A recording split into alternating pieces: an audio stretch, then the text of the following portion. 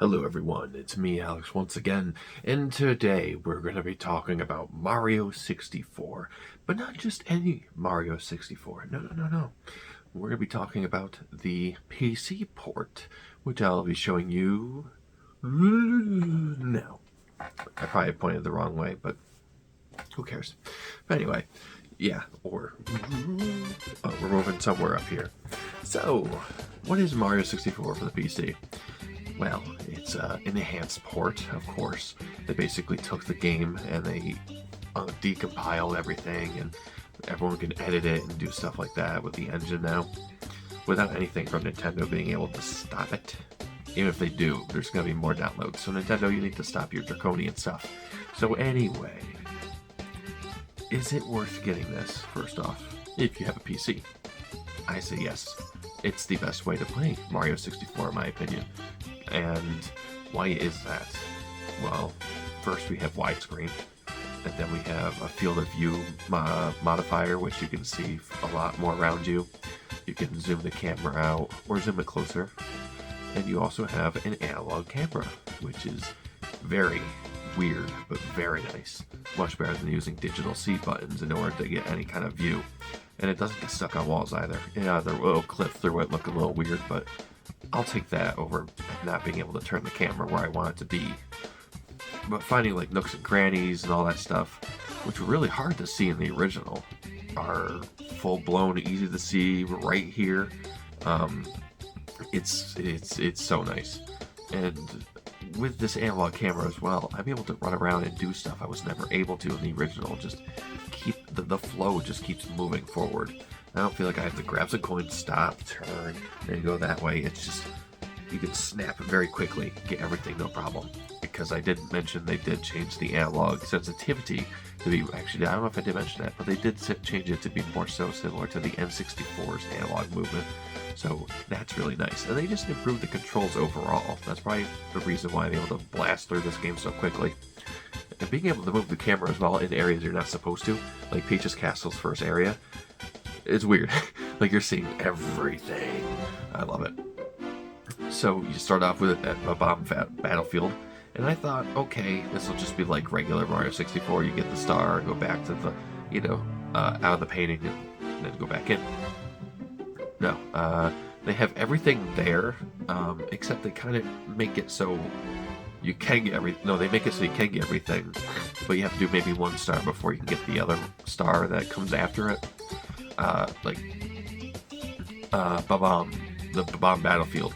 If you go take out King Bob-omb first, then Koopa the Quick will show up. Then you can go ahead and race him. And just everything is loaded, you don't go back. And the 100 coin star is there too. And you can change the field of view, or LOD, basically the draw distance, that's right. The draw distance, you can turn that off, or pretty much make it really, really far. So you can actually see the coins that you need for the first mission of flying through the coins and all that stuff. But the problem is, you don't have the flight at first. Okay. So that's always fun. But yeah, wandering through the whole place is just so fun. I can't go back to the original after this. It's so much fun. And then we go on to the next level, which is Lump's Fortress. Now this is the level I said that I was mentioning that does the you do the first star, then the rest will unlock. You need to climb your way up to the top of the place, which again is a very smooth experience, as you're probably seeing. You're probably like, how is he moving so fast? It's just the engine itself that they modified it that makes it this easy, I swear. Along with the analog camera. I will never stop talking about it because it is so damn nice. So, besides that, we get up to the top. We beat King Flop or whatever. He still has the exploits that you can see just going right through him. Boom, boom, boom, whatever. But what's cool about that, also with the ground pound, is that there's different moves that you can give Mario for Mario Odyssey, Mario Sunshine. It's so cool. Like ground pound, you can push A immediately to jump out of a ground pound, which is really nice for just doing quick ground pounds consecutively. Think of it of the chain chomp in the first level. You know, we can just go bam, bam, bam, and it's done. You don't have to bam, get up, and then get hit in the process. You know, you don't have that problem anymore. So, but okay, then we're back to Thwomp's Fortress.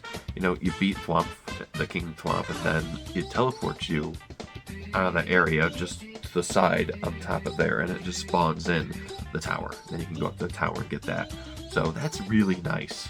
And then you have access to the owl to go up to that little platform to get stuff there.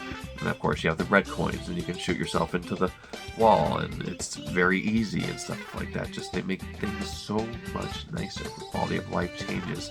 It's insane. I absolutely love it. And then we move on to I think it was the not Dry Docks. What is it? The water level. Is it Jolly Roger Bay? I think it is. That again has all the stars in it. You need to go to the ship at the bottom first, get that done, and then it'll rise up, and you'll you'll end up on top of the ship. But pretty much has all the graphical stuff that's supposed to be there, like the fog on top of the water, and again with the draw distance being so nice now, I can see coins from far away that I'd never be able to see or never find with the 100 coin stars. Or 100 coin star missions. So that's cool. Very cool. Now here's something I don't really particularly like, is possibly the swimming controls. Because you can see it looks a little bit wonky because you're moving normally, but the camera is independent of independent. Like it doesn't do anything unless you do it, I guess. Why should I say independent? It relies on you to move it around. So that's not bad. Okay. But I'll tell you about the worst part of this analog camera in a little bit. So being able to swim around is very easy. Getting the eel to come out, that's pretty easy too, except I kind of fucked up the first time, but whatever. But again, I got him out very easily, and the game of Star was super easy. And then after that, going into the caverns, it was really fun too, because now I can see all the things that are going to fall on me, and it's just a very smooth ride overall. But yeah, still cool stuff for that level. Of course, amazing music, you can't deny that. So now we have the snow level, which is like cool mountain or something like that, and it's so much easier to do in this. Like, oh my god, so much easier. I mean, of course you got the race first off, but with the analog camera it makes it easier. Not much harder, but definitely makes it a little more doable than usual. Still easy, or still a little difficult, but you can still work with it pretty well. And since you don't have to repeat the things over again because you can get all the stars, you can get the one from him, or the penguin for racing, and then for going outside. It's like, yes, very nice. Excuse me, my nose is being a little bit of a bitch. Excuse me. So